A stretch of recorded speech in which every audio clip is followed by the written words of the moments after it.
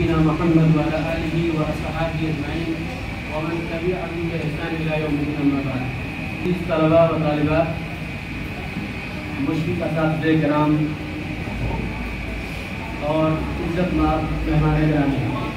آپ لوگوں کی گہرائیوں سے مبارکباد پیش کرتا ہوں اور ساتھ ہی ساتھ تمام اساتذہ،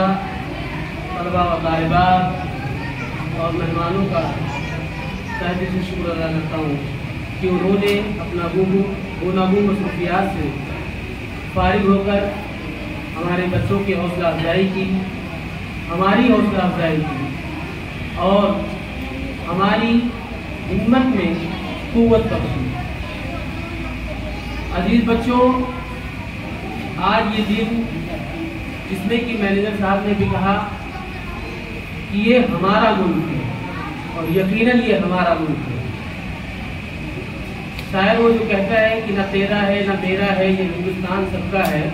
نہیں مانی گئی یہ بات تو نقصان سب کا ہے. یقیناً شاعر نے بہت اچھی عکاسی کی ہے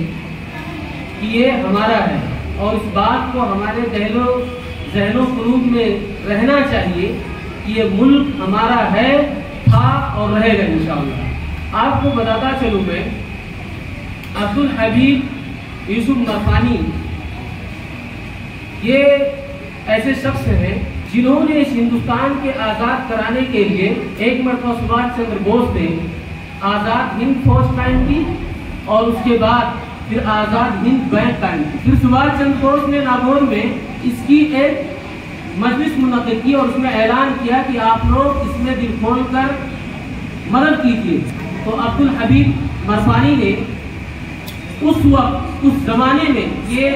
9 جولائی 1944 کی بات، آزاد ہندوستان سے 3-4 سال پہلے، اس وقت انہوں نے 3 لاکھ روپیہ دیا تھا اور ساتھ ہی میں تشتری بھر کے سونا چاندی دیا تھا. اس وقت سبھاش چندر بوس نے ان سے کہا تھا کہ بھائی اب آپ کی اس مدد سے لوگوں کے اندر ملک کے تئیں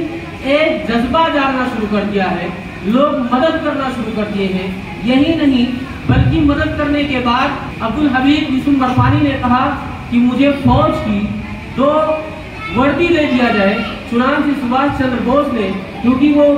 ہند فوج کی رہے تھے، سرپرستی کر رہے تھے، تو انہوں نے 2 فوج کے انہوں نے ڈریس یعنی یونیفارم بھی دیا تھا. اور یہی نہیں، اس کے بعد سبھاش چندر بوس کو 2013 میں جب 100 سالہ یوم پیدائش بنائی جا رہی تھی، اس وقت عبدالحبیب یوسف مرفانی کے پوتے کو، عبدالحبیب یعقوب کو بلا کر باقاعدہ انہیں سمان دیا گیا تھا. تاریخ اگر اٹھا کر دیکھیں گے تو یہ اس بات پر ہمارا ذہن، ہمارا دماغ جاتا ہے کہ یہ ہندوستان کسی کا نہیں، یہ ہندوستان ہمارا ہے اور اس بات کو اپنے ذہن میں لے کے چلنا ہوگا. لیکن افسوس سب افسوس،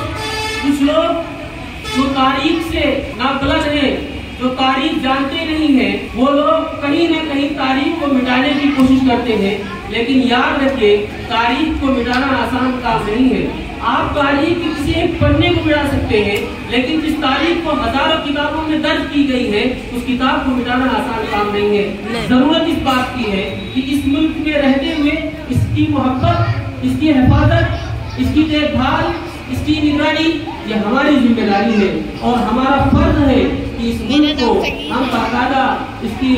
کی محبت کریں. ابھی ایک بچی تقریر کر کے گئی، اس پہ اللہ کے رسول صلی اللہ علیہ وسلم کو انہوں نے حوالہ دیا کہ جب وہ مکہ چھوڑ کے مدینہ جانے لگے تو پھر اس کے بعد جب جا رہے تھے تو مڑ کے مکہ کو دیکھ رہے تھے اللہ کے رسول صلی اللہ علیہ وسلم، اور وہ کہہ رہے تھے کہ ایسا ہے، یہ